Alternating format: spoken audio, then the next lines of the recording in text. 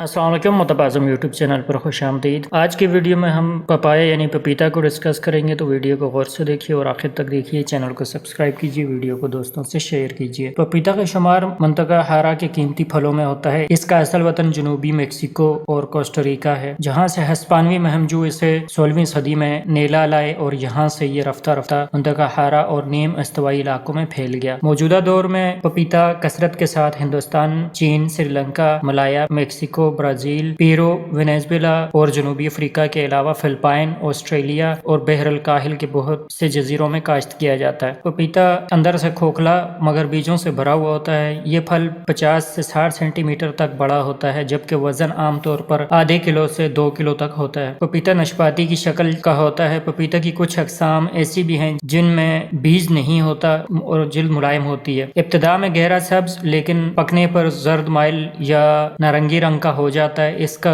گودا نرم اور رس بھرا ہوتا ہے۔ اس کا ذائقہ خوشگوار اور مہک خاص ہوتی ہے۔ غذائی صلاحیت کی بات کی جائے تو پپیتا مکمل غذا ہے۔ اس کے کھانے سے روزمرہ کی کچھ غذائی ضروریات جیسے پروٹین، معدنی اجزاء اور وٹامن پوری ہو جاتی ہیں۔ جوں جوں یہ پھل پکتا ہے، اس میں وٹامن سی کی مقدار بڑھتی چلی جاتی ہے۔ پپیتا میں کاربوہائیڈریٹ شکر کی صورت میں تبدیل شدہ ہوتے ہیں، اس لیے زود ہضم غذا ہے۔ پپیتا کے 100 گرام قابل خوردنی حصہ میں رطوبت 90.8%، پروٹین 0.6%، چکنائی 0.1%، معدنی اجزاء 0.5%، ریشے 0.8% اور کاربوہائیڈریٹ 7.2% ہوتے ہیں، جبکہ اس میں معدنی اور حیاتینی اجزاء کا تناسب کیلشیم 17 ملی گرام، فاسفورس 13 ملی گرام، آئرن 0.5 ملی گرام، وٹامن سی 57 ملی گرام اور قدر وٹامن بی کمپلیکس بھی ہوتی ہے۔ اس کے 100 گرام قابل خوردنی حصے کی غذائی صلاحیت 32 کیلوریز ہے۔ معزز ناظرین، شفا بخش اور طبی استعمال کی بات کی جائے تو پپیتا ایسا پھل ہے جو زبردست طبی خواص کا حامل ہے۔ اس کے طبی خواص کو زمانہ قدیم میں ہی جان لیا گیا تھا۔ پپیتا نہ صرف آسانی سے ہضم ہو جاتا ہے بلکہ دیگر غذاؤں کو ہضم ہونے میں معاونت کرتا ہے۔ نشو و نما پانے والے بچوں کے لیے پپیتا بہترین ٹونک ہے، نیز حاملہ خواتین اور دودھ پلانے والی ماؤں کے لیے اعلیٰ درجے کی توانائی بخش غذا ہے۔ جدید طبی تحقیق نے اس کی طبی خوبیوں پر مہر تصدیق ثبت کر دی ہے جو پرانے وقتوں سے پپیتا سے منسوب چلی آتی ہے۔ ان خوبیوں میں سب سے اہم خوبی وہ معاون ہضم اجزاء ہیں جو پپیتے کے دودھ یا رس میں پائے جاتے ہیں۔ یہ رس پروٹین کو ہضم کرنے والے انزائمز پر مشتمل ہوتا ہے۔ یہ دودھ یا رس پپیتے کے پودے کے ہر حصے میں پایا جاتا ہے۔ ہضم کے عمل میں یہ انزائمز پیپسن سے ملتا جلتا ہے، جبکہ اس کا اثر پیپسن سے 200 گنا زیادہ ہوتا ہے۔ یہ رس جسم کے انزائمز کو خوراک کی غذائیت کو جزو بنا کر توانائی اور جسم کو تعمیر کرنے والے مادے فراہم کرتا ہے۔ کچے پپیتے میں پاپائن نام کا ایک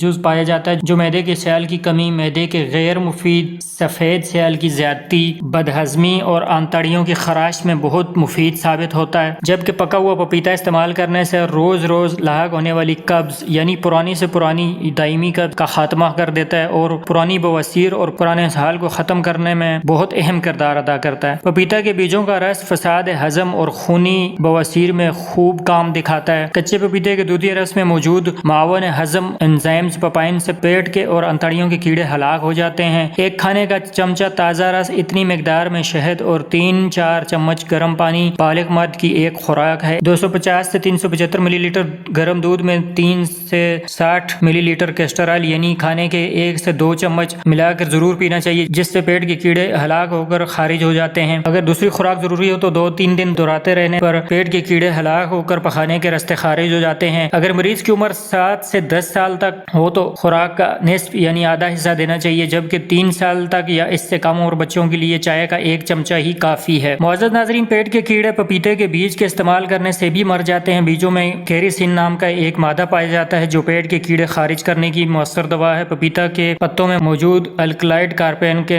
استعمال سے پیٹ کے کیڑے ہلاک ہو جاتے ہیں یا پھر خارج ہو جاتے ہیں۔ اس کے پتوں کو شہد کے ساتھ ملا کر کھایا جاتا ہے۔ کچے پپیتے کا جوس یعنی رس کئی جلدی امراض کا شفا بخش علاج ہے۔ اس کے خارجی استعمال سے سوجن اتر جاتی ہے، پیپ بننا بند ہو جاتی ہے، چنڈی مسوں اور پھنسیوں اور جلد کی غیر ضروری افزائش میں مطلوبہ نتائج دیتا ہے۔ اس جوس سے چہرے پر دھوپ کی وجہ سے پڑنے والی چھائیاں اور برے داغ ختم ہو جاتے ہیں، گویا یہ ایک میک اپ کا کام دیتا ہے۔ اس کے باقاعدہ استعمال سے جلد نرم اور ملائم ہو جاتی ہے۔ فنگس کی چھوت ہو یا دانت کا مرض، یہ جوس متاثرہ جلد پر لگانا فائدہ مند ہے۔ کچے پپیتے کا تازہ جوس شہد ملا کر گلے کے سوجے ہوئے غدود پر لگانا خناق کے ساتھ ساتھ کئی دوسرے امراض سے محفوظ رکھتا ہے، پھولی ہوئی بافتوں کو تحلیل کرتا ہے اور انفیکشن کو بڑھنے نہیں دیتا۔ کچے پپیتے کی یہ خوبی خوبی ہے کہ یہ رحم کے پٹھوں کو سکڑنے میں معاونت کرتا ہے، حیض میں باقاعدگی پیدا کرنے کے لیے بہت مفید ہے۔ تو کچا پپیتا خیز کی بندش کو دور کر کے باقاعدہ بناتا ہے۔ زیادہ شراب نوشی یا کم غذائیت کی وجہ سے جگر سکڑ جائے، جسے تعلب جگر کہتے ہیں، اس مرض کا تدارک پپیتے کے بیج سے کیا جاتا ہے۔ پپیتے کے بیجوں کو کچل کر